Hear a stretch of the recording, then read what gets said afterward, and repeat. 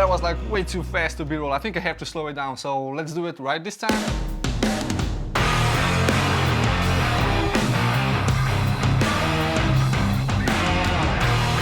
Hey guys, welcome back to another video. Today I'll be talking about photography, composition, balance, how important it is to have things, balance in your frame. And I'll be showing you an example of a photo which is like totally out of balance. But I did that on purpose because I wanted to have a little bit more artistic freedom in post-edit. This looks interesting.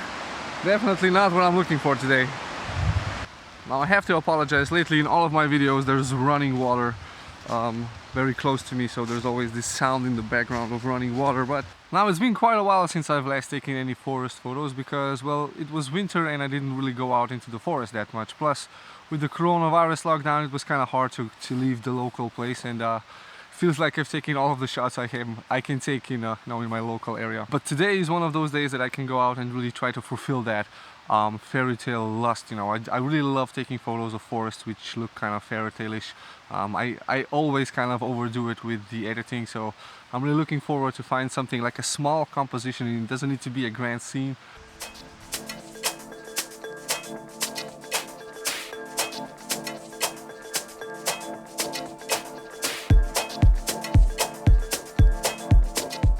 I think I just found a spot. I think those roots back there are going to be like a cool subject with the moss covering them, and I especially like the fact that the left side of the image is going to be a little bit darker and the right side is going to be a little bit brighter.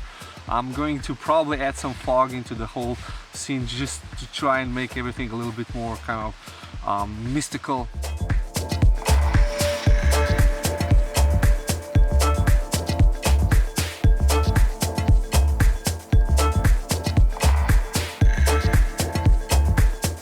So let me just take you through the photo editing process. And I said I've taken the photo unbalanced deliberately because I wanted to add kind of atmosphere to the shot. And this is the way I did it. So first of all, I started with an image that looks something like this. This is basically the raw file, unbalanced, so everything's straight out of the camera.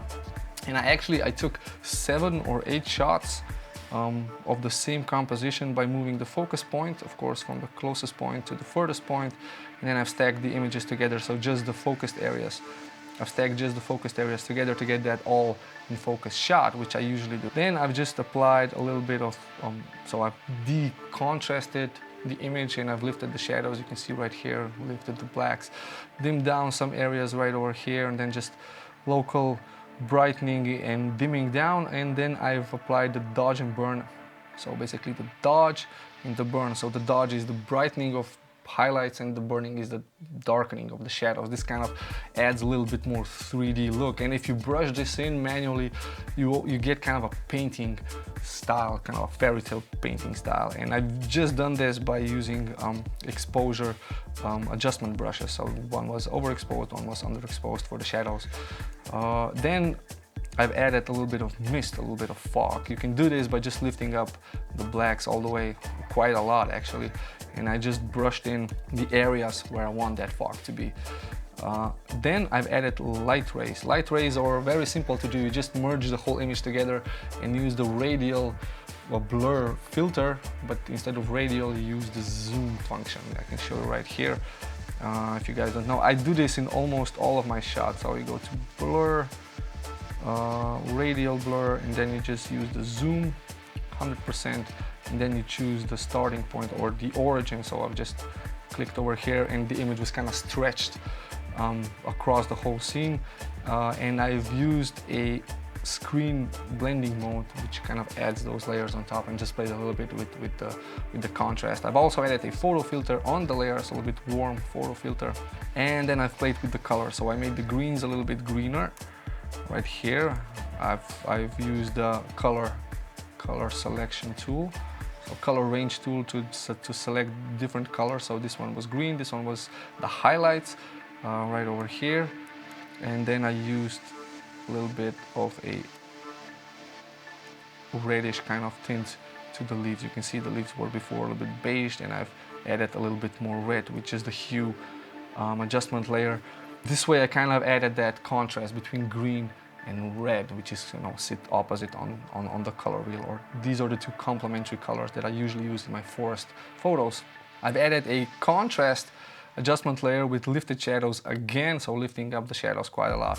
And then in the end, I just added a vibrance adjustment layer to kind of bring out the colors a little bit more. So this is it. This is the image that was created, and I've managed to make this image, which is really unbalanced and just looks a little bit mundane, into a photo which is really kind of fairy tale-ish. It looks kind of nice, I think. So yeah, that's the photo edit.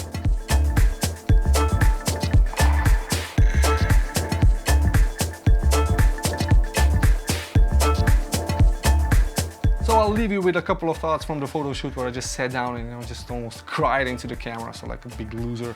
But yeah, anyway, subscribe, like, comment if you have any questions, and share the love, you know, share the video. And I was just, look at this guy, you know, it's like this dude running around the woods taking photos, you know, it's like crazy. Anyway, that's it. So some final thoughts, and I'll see you guys next time. Now I really miss the woods. I think it's been a really long time since I've been walking around the forest, especially a forest as green as this is right now. But you know, it's kind of hard to tell a story in the forest. So you're pretty much showing off the beauty of the local place, the colors, the contrast. There's not really a deep story in any forest photo, I think.